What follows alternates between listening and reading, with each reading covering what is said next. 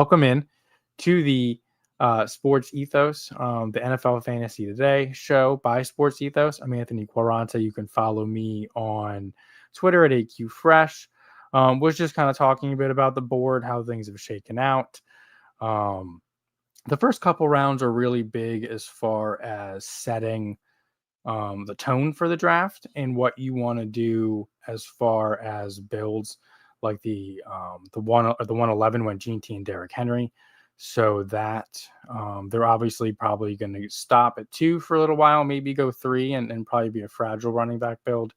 I went ahead and went 2 wide receivers. I love Drake London. I almost took Brian Thomas Jr., but in a BBM, while I was talking to myself, apparently, I'm going to pull up my guys. Not that I'm pulling up Drake London, but take him over Brian Thomas Jr. The Falcons, I think, have some sneaky they have some sneaky potential to be the best offense in football. Here we see Rashee Rice falling after the news broke that he got sentenced to a 5-year suspension, 30 days in jail, that I think can be served really throughout that time period.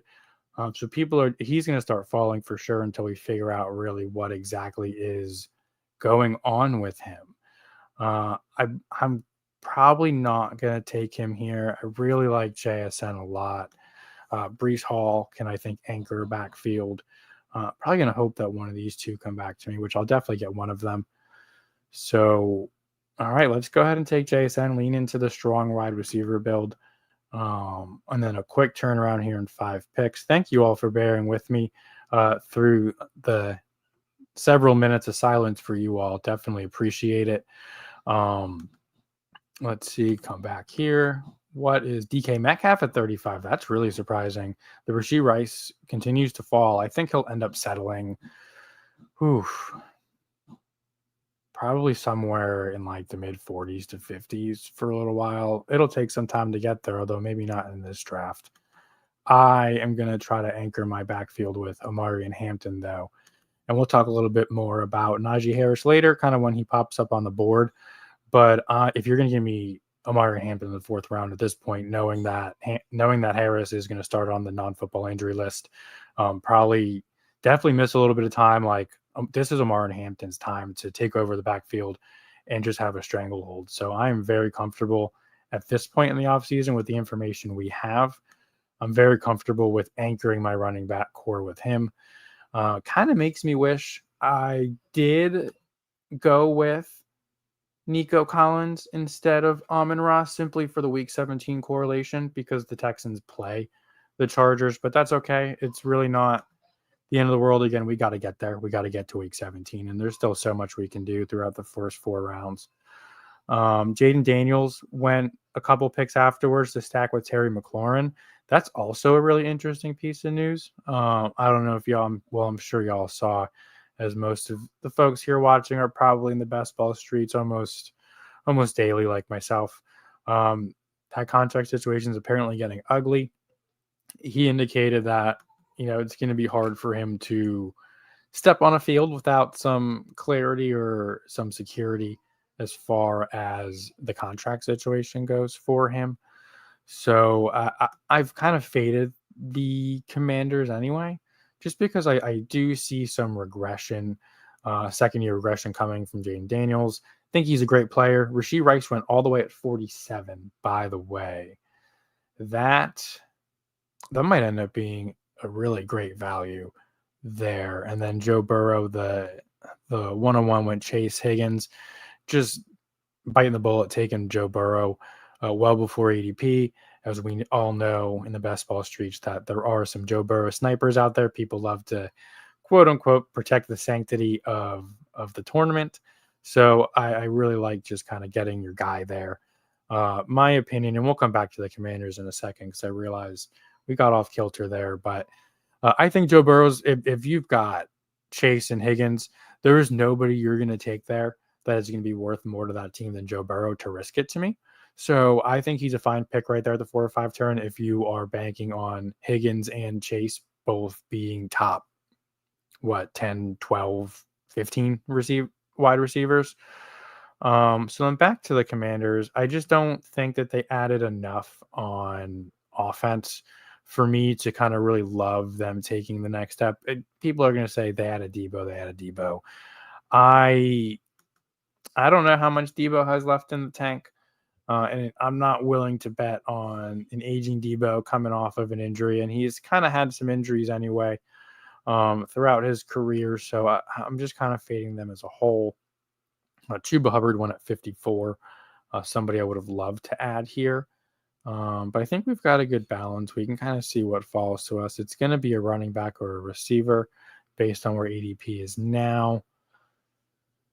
Let's see. Calvin Ridley went. That was a guy I was thinking about. I don't love Zay Flowers unstacked, so I'm probably going to let him pass. Alvin Kamara's a sturdy running back. I like Odunze. Okay, Olave we could be seeing a real value with Olave here if he stays healthy, and that offense has some semblance of a quarterback. I think I'm going to do that. A clear wide receiver one, just to go with just 4 alphas, 4 absolute target earners. I think is an excellent first 4. Saints, poor quarterback room, be damned. I think this is a good start. Probably going to go with a running back here. I'll happily take Kamara if he falls and set up a late Saints stack. It's one of my favorite late kind of panic stacks, I guess, if you will. Although I'd kind of be planning for it here. So we'll see. Flowers went at 59. Shakir all the way up at 60. I wonder if that is not even the Josh Allen draft. Keon Coleman at 61. Oh boy, this might be one of those drafts that becomes questionable if those types of picks continue. But we ride on. We keep them serious because you never know. Yeah, we're going to go ahead and take Alvin Kamara here. That's a nice value. I mean, people are going to say you probably could have flipped him and got him the same way, probably. But again, just going to take my guys and happy to get Kamara there in the 6th round. We've got 2 solid running backs, 4 solid receivers. Kamara is also another target earner in that offense. Is the clear-cut running back one, although the age, I think it's a fair price, especially knowing that I'm going to go ahead and go with a Saints stack here to end the draft. I'm not sure what I'm going to do yet as far as my first quarterback goes, where I'm going to lean, and we'll see how things play out here. All right, so Odunze, I said I liked him a lot. Almost took him at 58, ends up falling to 65. I think that's great value. That drafter started receiver, tight end, receiver, quarterback. That was the McLaurin Daniels team. Receiver. So they're definitely going 0 RB. I wouldn't be surprised if they kind of took some at 80, 89, 104. At least 2 of those 3 picks are going to end up being running backs for that team, I would bet. James Conner at 67, that's a nice discount. Juwan Jennings, there's definitely been some rumblings from him regarding wanting a new contract or wanting a trade. We kind of have some history with how the 49ers handle this, some recent history with Ayuk. They balked for a while. I don't want to say they kind of called his bluff per se, but they kind of balked on a contract for a while.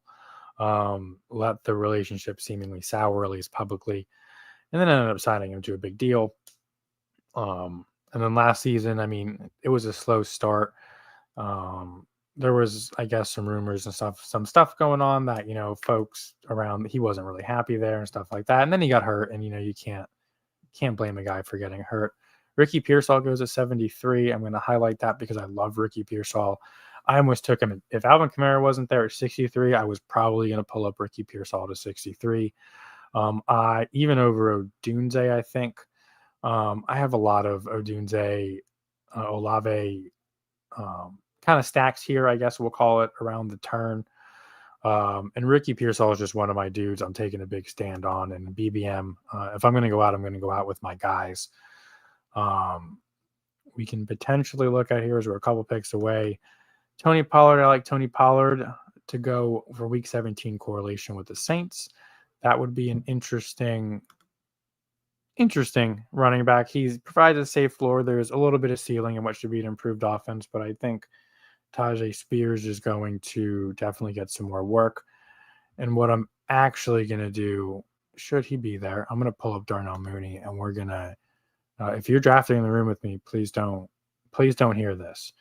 But if Mooney's here, we're going to take Mooney, and then we're going to go ahead and make sure we get Michael Penix and go ahead and secure the best offense in football. Like I said, Tony Pollard went at 80, so that's okay because we are going to get Darnell Mooney, and I love that first 5. We can probably hang tight on running back on receiver for a little bit, maybe look for some other positional values to help kind of round out the roster. I like TJ Hawkinson for tight end. If I had any of the Chiefs receivers, I definitely would have picked Mahomes there at 82, but not in this build. I don't really want to try to force a back stack with Hollywood Brown because I already have 5 receivers. I like to kind of keep that 6th one a little bit ambiguous should I need it for stacking purposes, unless Emeka Egbuka is here, because I don't really love the running backs. Hampton, Judkins, we'll talk about him in a second because I got to lock in here and make a pick. Yeah, I think we're going to go ahead and take our guy, just like we said, it's a BBM. Going to get and ride with Egbuka, even though we're not going to stack him with Baker. That's okay. We've got a couple. All of our other quarterbacks are still available to stack in the Lions. We got Goff. We're going to target Penix. I like Darnold as a late value.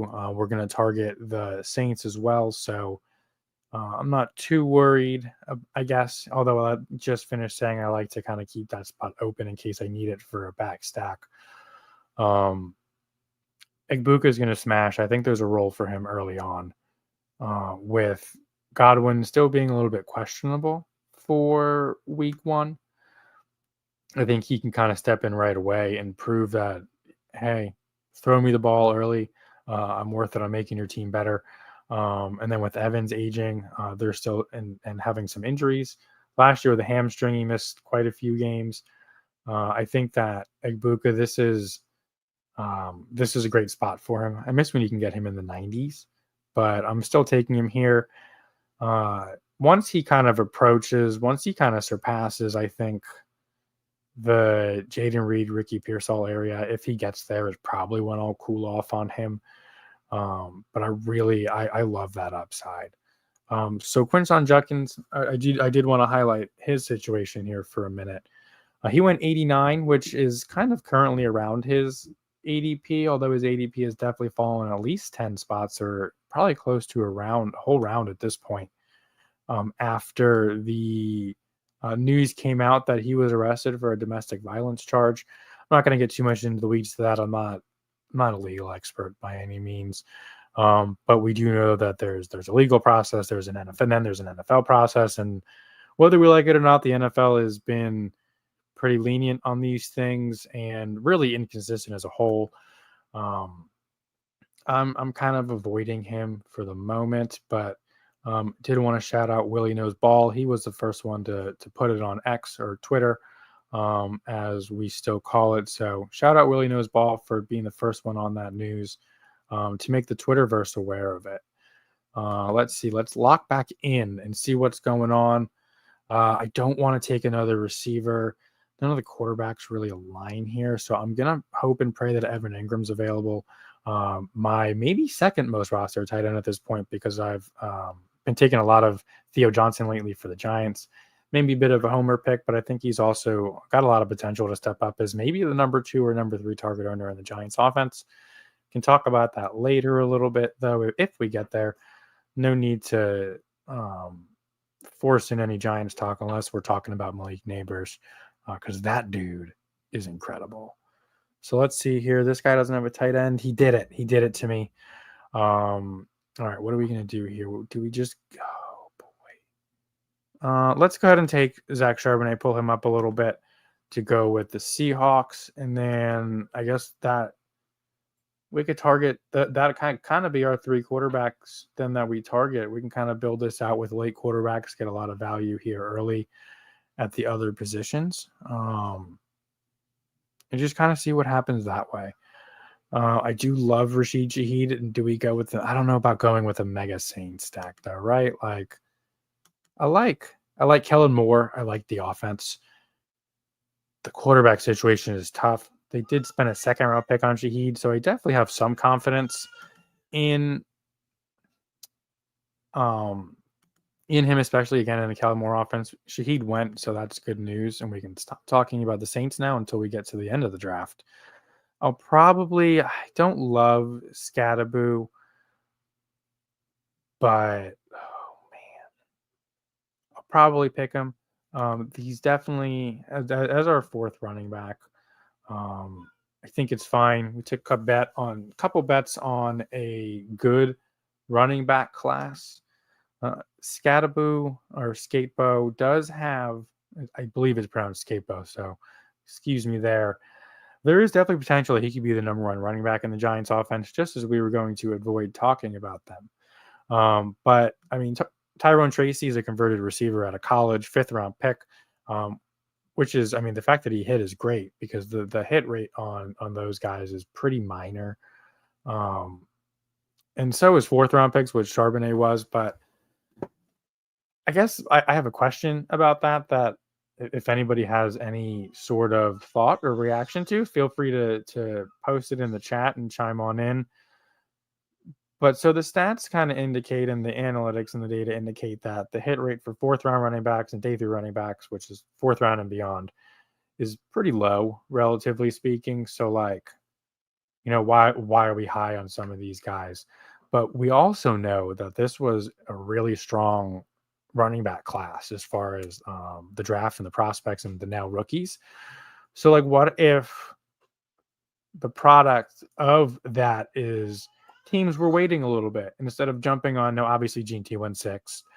We had Hampton, Judkins, Henderson all go in the second round, Harvey go in the second round. But kind of after the big names, like, what if people just waited because they knew that there was just a lot of good ones and there was a lot of depth in this draft? Like we saw Taj Brooks go in the fifth round.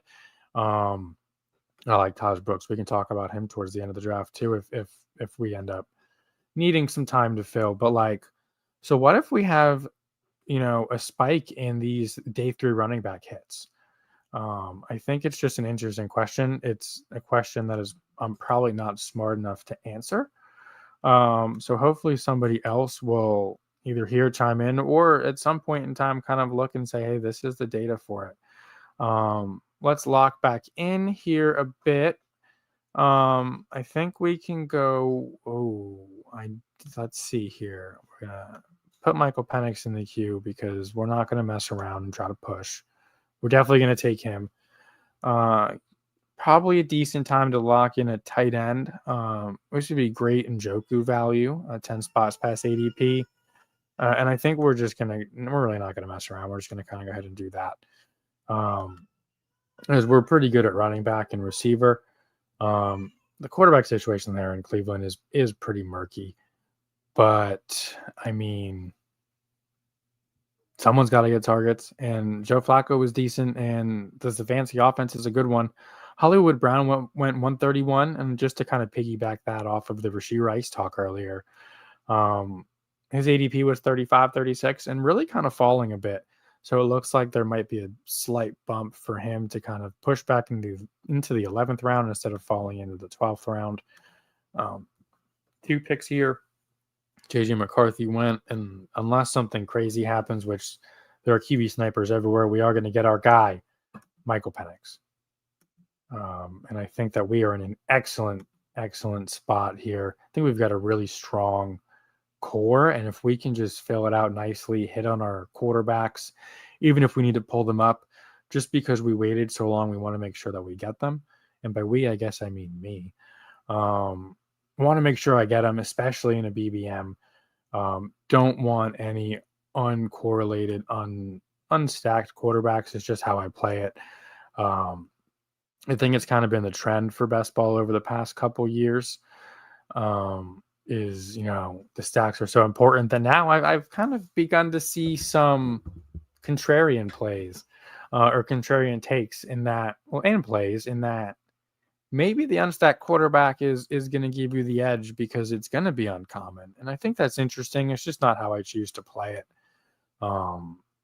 So yeah, I do think I meant to touch base on the Najee Harris stuff to kind of go along with my Omarion Hampton pick.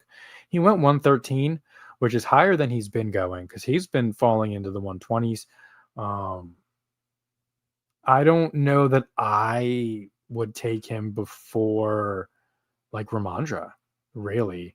Ramondre is probably where I start to think he gets interesting. And Ramondre's ADP is like the early 120s, but he already went 127. So I think it's a tough pick at 113. It could certainly work out. Again, we don't really know a whole lot just yet, and there was a lot of random speculation on it. So we'll just kind of see how that goes. We've got 5 picks here. Let's lock back in. Sam Darnold's going at 76. That's going to be our next target. So we can probably, do we want to pull him up to 59? We might, brother. We might get ballsy and we might do that. I would like to go with Algier here would be nice just to kind of give us another piece of that Falcons offense. RB5 would be great. Should anything happen to Bijan, should he hit the lottery, decide he doesn't want to play football anymore, take a vacation, get a new girlfriend, whatever the case may be, would be really nice contingent upside play to have him here. I also like Kyle Pitts. Kyle Pitts is an enigma in the fantasy football space, but we'll go with Algier. If I didn't go with Njoku earlier, I probably would have forced Pitts there. I'm still willing to bet on the talent as the tight end 17, 18. Is there anybody late that I can? Oh man, it's going to be really hard to pass on. It'd be really hard to stomach not getting Sam Darnold. Is that crazy? Am I insane for wanting to pull up Sam Darnold here?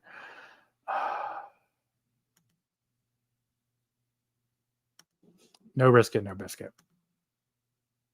We'll just dominate the Falcons offense and hope and pray to everything holy that we get Sam Darnold back. Because I might,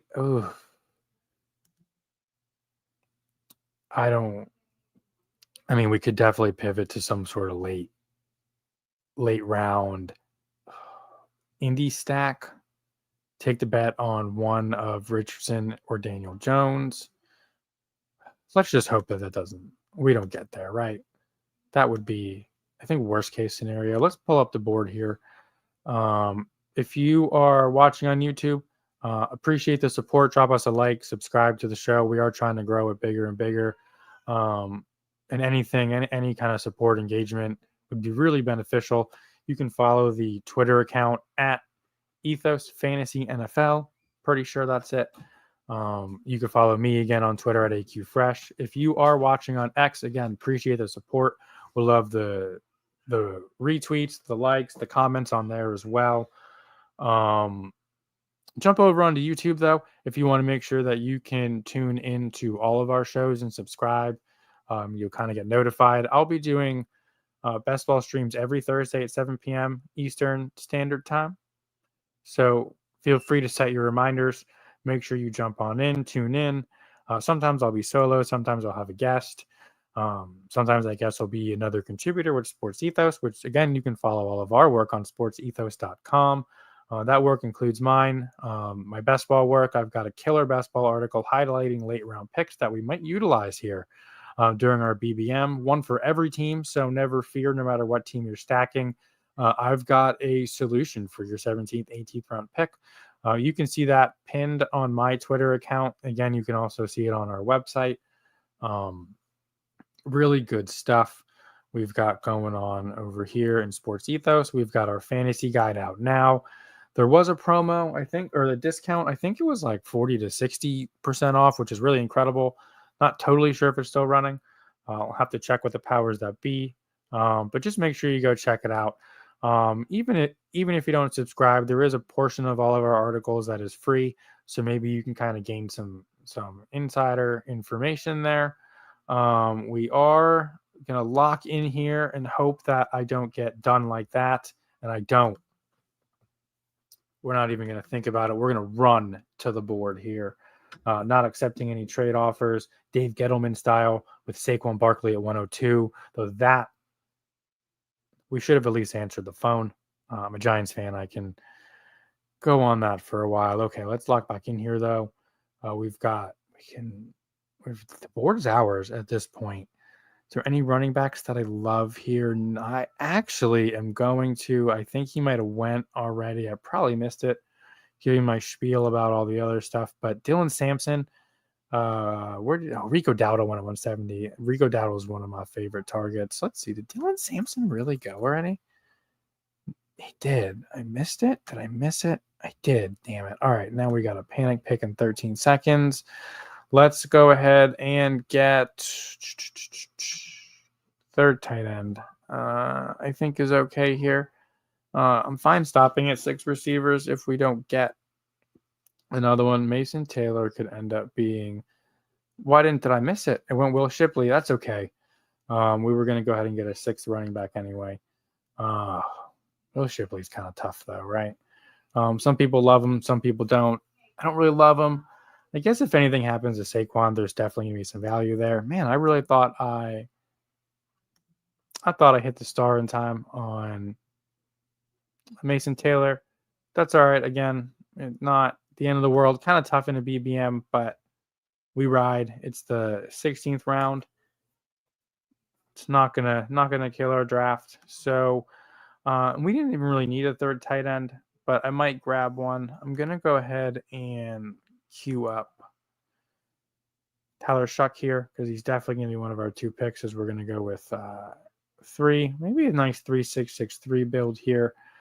Could work. Again, we've got Hampton and Alvin Kamara as our 2 top running backs. The rookie and the veteran, I think that's probably a fine duo. And we've got a lot of contingent upside with Zach Charbonnet. We've seen how much of a beast he can be without Ken Walker. He's kind of had a lot of RB1 performances without, again, when he's given the opportunity. Cam Scatabo is going to have a role. It just depends on what that role looks like and how early he earns it, and whether that can end up becoming a legitimate kind of starting role. Tyler Algier went nice with the Falcon stack. Shipley is okay. It's fine. And then, man, I'm not even going to talk more about our receivers because I love the room. I think we've got a decent tight end room. I will end up adding a third just because Njoku is not necessarily my favorite. I could go with a super Saints build and add Juwan Johnson to continue to stack with Tyler Shuck. See how it plays out. I could also just go with my guy, Theo Johnson. As to not go too heavy into what's projected to be probably a bad offense. Although having 2 Giants might also kind of be doing the same thing, especially without their quarterback. But we'll see. We'll just kind of see how things shake out here. I'm definitely going to end up taking Shuck first and just not really mess around. Hopefully he makes it. I have seen him kind of get taken in this area if somebody's forcing a Saint stack. Juwan Johnson went, so we don't have to worry about that. Tyler Ferguson, what is this dude's name? Keenan Allen. I love Keenan Allen in the 17th round. Once he signs, the closing line value there is going to be really good. Just because you'll know who to stack him with. So he's bound to kind of creep up and up. I think he would probably go. Oh, man. Where do I think? If Keenan Allen were to sign today, team be damned, just like floor team. I think I would be comfortable taking him in the Hollywood Brown range. So like the 11th, 12th round, if he goes to like a floor situation, which I think would be like Pittsburgh. Although if he goes to Pittsburgh, I might end up taking him a bit later. Let's see here. We're on the clock now. It's Hammer at home. We could go. Let's see. What's his name there? No, not available. You know what I'm gonna do? I'm gonna just go with 2 tight ends, and I'm gonna go with a sneaky 7th receiver, Jalen Coker. I think could end up being the second target there and the second target earner there in Carolina, and it fits nicely with the Week 17 correlation with the Seahawks. I don't know that I really got any other correlation for Week 17. I didn't. That's okay. As we're going to kind of round out the draft here, we'll kind of just run through the team, give the folks the update, kind of chat it up a little bit, see if anyone's got any comments, anything going on. Maybe run through some slow drafts I've got built up just to kind of talk more ball, kind of go through some different builds. All right, so we went with the 3-6-7-2 build, highlighted by my highest owned quarterback, my highest exposure quarterback, Michael Penix.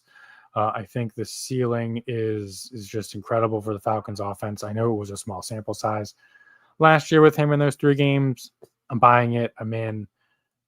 Everything that the Falcons have done from drafting him where they did after signing Kirk Cousins to only playing him 1 series in the first preseason, saying, look, we've seen enough. This dude's a stud. No need to risk it, especially coming off of a knee. To then riding with him over Kirk Cousins when their season wasn't completely lost. I'm going to buy it. We went with Sam Darnold and Tyler Shuck to round out our quarterback room, getting all 3 stacks we targeted, which is always a plus. Our running back room goes with Hampton, Kamara, Charbonnet, Scatabo, Tyler Algier, Will Shipley. I'm not going to get over that Will Shipley pick. That's going to bother me. That just looks really tough for me. Somebody talked me off the ledge of the Will Dissly pick or the Will Shipley pick. You will not hear me complain about these receivers. My, oh my. Target earners. Amon-Ra, St. Brown, Drake London, Jackson Smith and Jigba, Chris Olave, all of the absolute wide receiver ones on their team, the first targets on their team.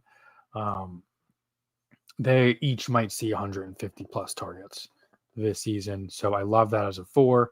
Followed up by Darnell Mooney. Again, I don't need to talk more about the Falcons offense.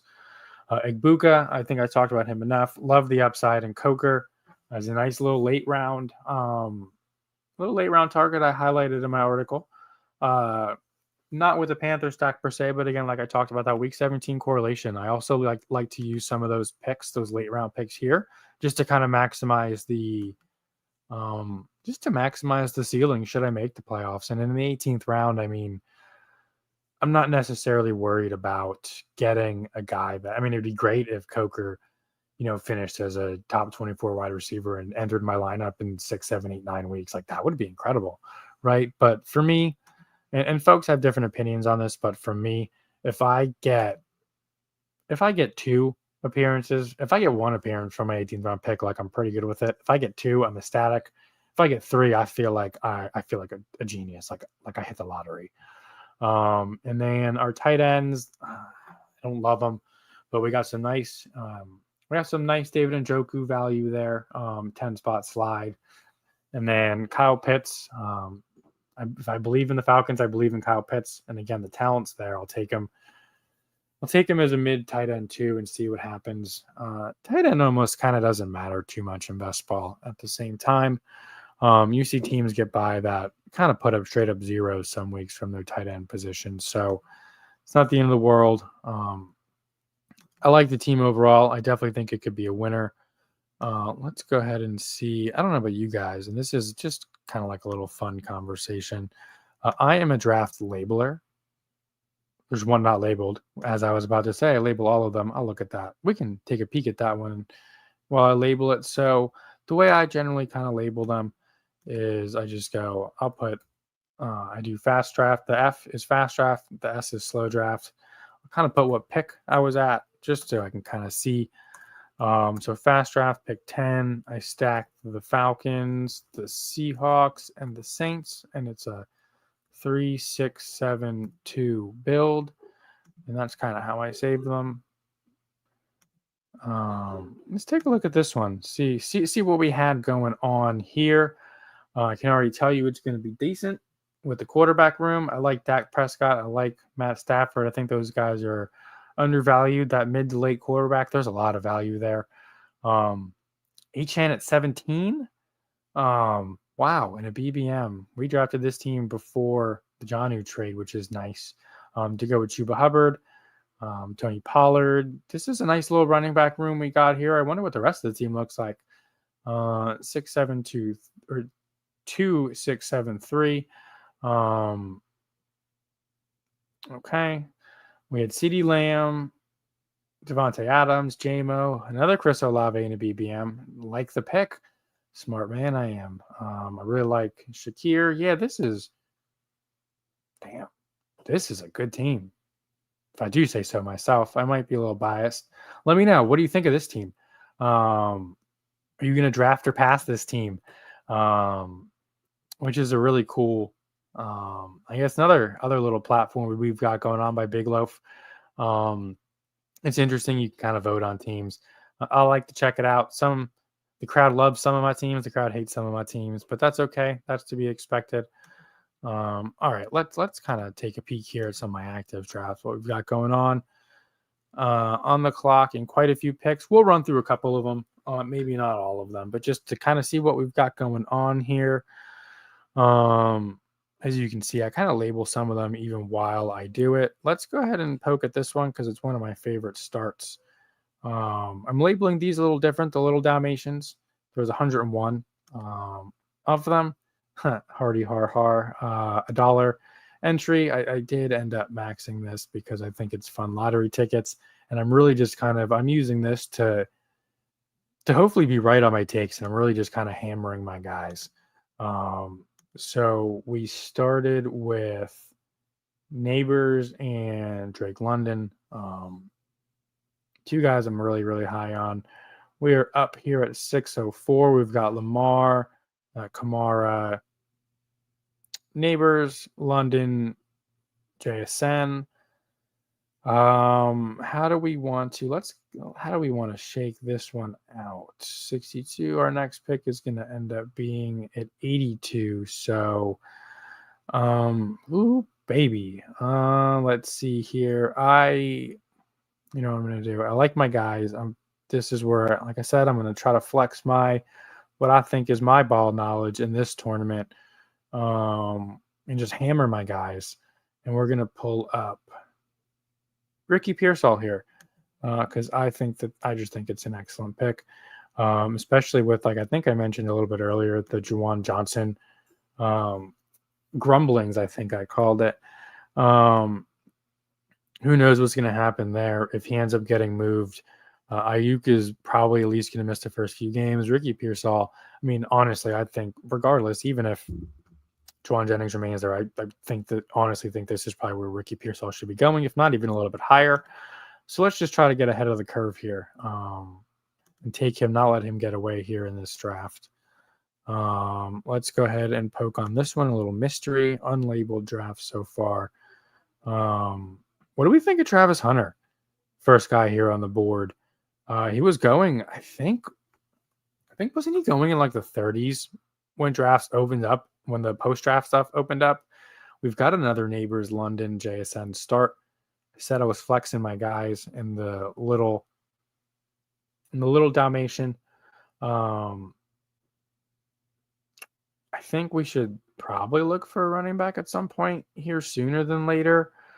But I don't know that I'm seeing one that I want to take here. We're going to end up picking at 64. There's a couple good options. Henderson, I like, might be there. I don't mind pulling up David Montgomery. I'm having him kind of anchor a 0 RB-ish start. As he's just such a safe pick. James Conner, I've kind of been working James Conner in a little bit too. He should be a workhorse, but the age, kind of the nagging injury concerns with him is a little concerning. Not my favorite click on the board, but I think we're just going to kind of be fun. I've been picking Travis Hunter in this draft tournament a lot, so we'll go ahead and make that happen here too. And I think the argument here, especially in the 5th round, that you'll hear from me at the very least, is that Liam Cohen, obviously a offensive-minded coach, worked wonders with Baker Mayfield and the Buccaneers down there in Tampa Bay over 2 years. He first year as a head coach on an offense that needs some work, needs some juice. He traded his first round pick next year, plus some other picks, to go up to 102 to draft a cornerback. That just doesn't sound right to me. So I'm just going to kind of go with that information. Also, the fact that he's been working on offense first, which probably isn't a surprise because I think the reports on him is that corner was really his better position, at least in college. Maybe I'm just off base there. But I just my gut feeling says, again, the offensive minded coach in his first year that traded his first round pick next season, doesn't put it all on the house for a cornerback. So I'm gonna go ahead and click a lot of Travis Hunter in the 5th round, especially as my wide receiver 4. I think that keeps me pretty insulated in case he's more of a spike week player than someone that's going to contribute every week. And that's okay. So let's go ahead and look at this one. As Tyreek is not a player I draft terribly often. I've actually kind of had a pretty hard fade on him, but in this tournament, while I want to flex my ball knowledge, I also am just looking for a little different combinations, just because in 101 entries, there's just going to be so many different, just combinations, and you never know. So I did click Tyreek a couple times here. Xavier Worthy. This is a nice little wide receiver room too. Anchor RB with Bijan. I have. All right, so we've got David Montgomery already queued up, ready to roll. Part of correlate. I probably was thinking to correlate with Jameson Williams was probably my thought when I did that. We could go nice little Ricky Pearsall. So I don't know that he makes it back to me at 75. I do love him a lot. I don't know about y'all, but I'm really not clicking too much Jerry Jeudy. Unless I need a wide receiver and there's just a clear value there, but that's not the case here, starting with 4. 3 I really like, and I mean, look, Tyree can certainly hit. Like, he's still very well be that dude. So, I mean, we're all right there. Yeah, I think we're just going to kind of go ahead and click on David Montgomery here. And then what we're going to do is work our way down and queue up Jared Goff. Just to kind of keep that reminder for us that, look, we've got the double Detroit. Kind of don't make any false moves too early unless there's some value, and make sure you prioritize kind of right around that, right around Goff's ADP to make sure that we go ahead and get him as well. Let's look at, again, I just kind of want to focus on the little Dalmatians here. We'll go with this build. We went with, we started with Devin Achane and Brian Thomas Jr. In reverse order. I talked about fading the Commanders, but I do want to get a couple, especially again in a tournament where there's, you get 101 entries. I did max it. I normally don't max the tournaments where there's a lot of entries, but for $1, wanted a lot of skin in this one. So I went ahead, and especially because Terry McLaurin's been falling, we talked about the contract situation earlier, so no need to belabor the point there, right? I think this is probably a pretty fair range. That's probably a pretty fair price for McLaurin anyway. And then if I take McLaurin, I'm going to stack him with Jaden Daniels. So, I mean, I do like Jaden Daniels, his rushing upside too, along with just the fact that the dude is a straight up passer. Like, he's so accurate. Was in college, was last year. So we went 3 running backs here. We've got a 1-3-6-0 here at the moment. So kind of punting tight end. We'll see what we end up getting. Do I have any stacks I can look at here in this range? No, I don't. We've got 2 picks. So maybe we do take Dalton Kincaid. I do like that bet on Kincaid, another talented player in what should be a good offense, could realistically be the number one target, right? I mean, Shakir's there. Shakir's pretty good. They signed, what's his face? Josh Palmer. We can go deep and say Elijah Moore. Curtis Samuel is still there. But I mean, there's definitely, yeah, we'll go ahead and click him. But before we do that, let's go ahead and figure out our second player just in case we happen to notice something a little different. Is there anyone we can kind of start to correlate a second late stack with that we can think about? Trevor Lawrence went. That would have been a nice little pick here to stack with Brian Thomas Jr. Not a ton that I'm seeing. We could go ahead and stack running back rooms, or stack a running back room with James Conner and Trey Benson as well. Let me know what y'all think about that strategy. It's one that I see a lot of folks kind of shy away from because the perceived lack of upside, but it's one I kind of lean into it, and maybe it's just for the contrarian play, but I don't know. I just feel like locking up a high value backfield, which I think the Arizona running back room can be. I mean, look, we've seen James Conner do a lot of things, a lot of good things over the past few years, with a lot of volume. And let me see if I think Underdog still lets you pull up their little note. Yeah, here it is. I mean, look at that. I mean, that's just so sturdy. It's nothing eye-popping. It's not like your 300-plus point Saquon Barkley performances, but like you need these guys, even in best ball. You need the meat and you need the potatoes to go with the high-flying fireworks like Devin Achane or A-Chain. One day I'll get that right.